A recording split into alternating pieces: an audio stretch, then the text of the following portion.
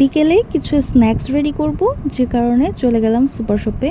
আর super shop থেকে আমি এই ready spring roll and ready French fry কিনেছি। এটা শুধুমাত্র আমি এখন ডিপ ফ্রাই করে নেব। আরও অনেক আইটেমই ছিল, তবে আমার হাজব্যান্ডের স্পেশালি এই ফ্রেঞ্চ ফ্রাইটা অনেক বেশি পছন্দ, সো আমি এটাই চুজ করেছি। চিকেনটা যেহেতু আমার পছন্দের, তাই আমি এই স্প্রিং রোলটা নিয়েছি। তো একটা প্যানে আমি বেশ কিছু পরিমাণে তেল দিয়েছি। আমার এই ফ্রাই প্যানটা কিন্তু অনেক বড়, হয়তোবা ভিডিওতে অনেক ছোটও লাগতে পারে। ফ্রেঞ্চ ফ্রাইটা আমি তুলে নিয়েছি হালকা ব্রাউন কালার চলে আসা না পর্যন্ত। সো চিকেন রোলটা এখন আমি এক এক করে ভেজে নেব। সবগুলোকে আমি ব্রাউনিশ করে ডিপ ফ্রাই করেছি।